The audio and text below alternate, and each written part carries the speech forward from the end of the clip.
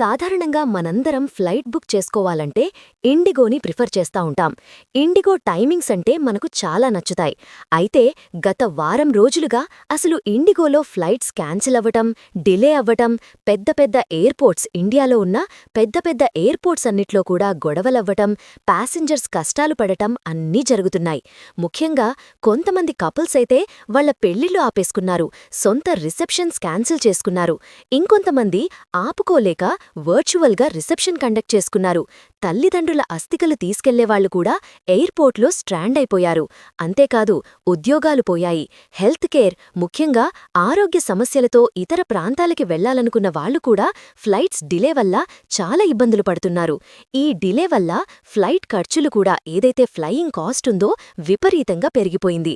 అంతేకాదు ఎక్కడో వాళ్లు అక్కడ ఆగిపోవాల్సిన పరిస్థితనమాట. ఒక్క ఎయిర్క్రాఫ్ట్ క్యారియర్ అంటే ఇండిగో కంపెనీ ఒక్కటి ఫెయిల్ అవుతే మొత్తం భారతదేశంలో ఫ్లయింగ్ సిస్టమ్ ఫెయిల్ అయినట్టు అంటే అవుననే చెప్పాలి. అసలు ఏం జరుగుతుందో ఒక్కసారి చూద్దాం. మనందరికీ తెలుసు, ఇండియాలో డొమెస్టిక్ ట్రాఫిక్లో మోర్ దాన్ 60% ఇండిగో ద్వారానే జరుగుతా ఉంటదనమాట. అయితే ఇండిగో చాలా పొదుపుగా, ఎకనామికల్గా ఆలోచిస్తుందనమాట. అసలు ఇండిగోకి ఎన్ని విమానాలున్నాయి? దాదాపు 417 విమానాలున్నాయి, రోజువారీ సర్వీసులు. ఈ 417 విమానాలతో ఇండిగో ప్రతిరోజు దాదాపు 2300 సర్వీసులు నిర్వహిస్తుంది. అంటే pin to pin, neck to neck ఉంటదనమాట. చాలాసార్లు మనం గమనిస్తుంటాం, ఇండిగో ఫ్లైట్స్ అక్కడ అరైవల్ రాంగానే డిపార్చర్ వెంటనే స్టార్ట్ అవుతా ఉంటదనమాట. అంటే లాస్ట్ ప్యాసింజర్ దిగే ముందే ఎక్కాల్సిన ప్యాసింజర్లు ఎక్కుతా ఉంటారు. ఇప్పుడు మనం గమనిస్తే గనక ఎంత ఎఫిషియెంట్గా ఉండే ఇండిగో ఎందుకు ఫెయిల్ అయిపోయింది? ఎందుకు 3-4 రోజుల నుంచి అందరూ ఇబ్బందులు పడుతున్నారు? దానికి అనేక కారణాలున్నాయి.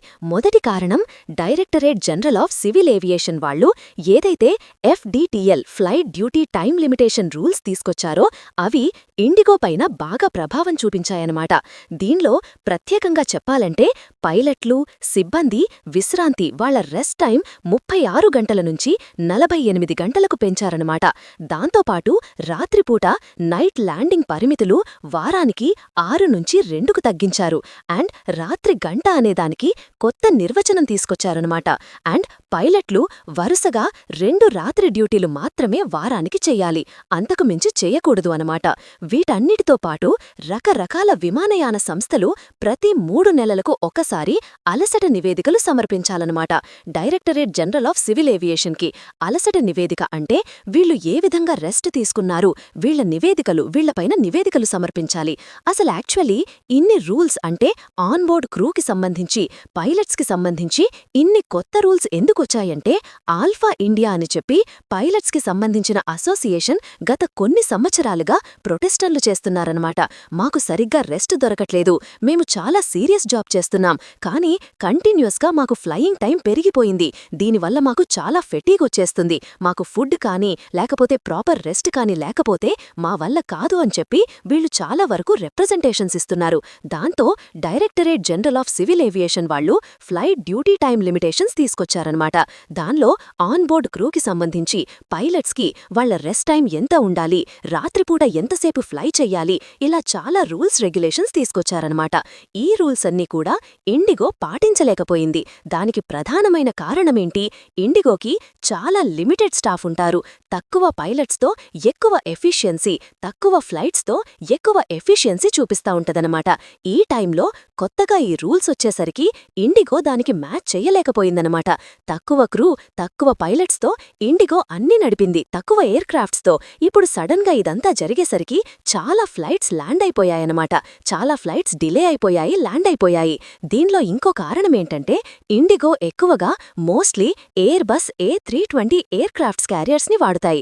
దానిలో సాఫ్ట్వేర్ గ్లిచ్ వచ్చింది. సో కొత్తగా వచ్చిన రూల్స్, రెండోది సాఫ్ట్వేర్ గ్లిచ్, మూడోది ఒక్కసారి డిలే అయిన తర్వాత ఫర్దర్ డిలే అవుతూ రావటంతో చాలా ఫ్లైట్స్ ఎయిర్పోర్ట్లో ఉండిపోయాయన్నమాట. దాంతో ఎయిర్పోర్ట్లో కంజెషన్ ఏర్పడిందన్నమాట. కొత్త ఫ్లైట్స్ వచ్చే పరిస్థితి లేదు, ల్యాండ్ అయ్యే పరిస్థితి లేదు. సో పూర్తిగా DGCA తీసుకొచ్చిన కొత్త రూల్స్ వల్ల, అంటే క్రూకి కంపల్సరీ రెస్ట్ పీరియడ్ ఇవ్వాలి, ఎంత ఫ్లయింగ్ టైం టైం ఉండాలి, ఎన్ని ఫ్లైట్స్ నడపాలి, ఫ్లైట్కి మధ్య ఎంత గ్యాప్ ఉండాలి, ఈ రూల్స్ వల్ల. రెండోది ఎయిర్బస్ A320లో సాఫ్ట్వేర్ గ్లిచ్ రావటం వల్ల. మూడోది ఎయిర్పోర్ట్స్ మొత్తం ఇక పార్క్ చేయడానికి, ఫ్లైట్స్ ల్యాండ్ అయ్యాక పార్క్ చేయడానికి స్పేస్ లేకపోవటం, కంజెషన్ ఉండటం వల్ల, అన్ని ల్యాండ్ అయిపోయి ఉండటం వల్ల. ముఖ్యంగా ఈ సీజన్ ఏదైతే ఉందో వింటర్ సీజన్లో చాలా మంది ప్రయాణికులుంటారన్నమాట.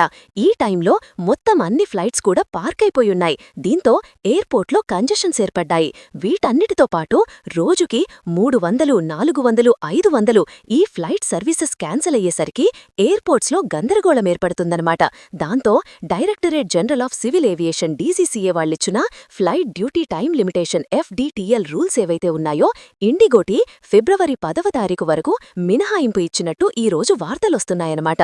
ఇది ఇస్తే వచ్చే 2-3 రోజుల్లో ఇది మొత్తం సాల్వ్ అయ్యే అవకాశం కనిపిస్తుంది.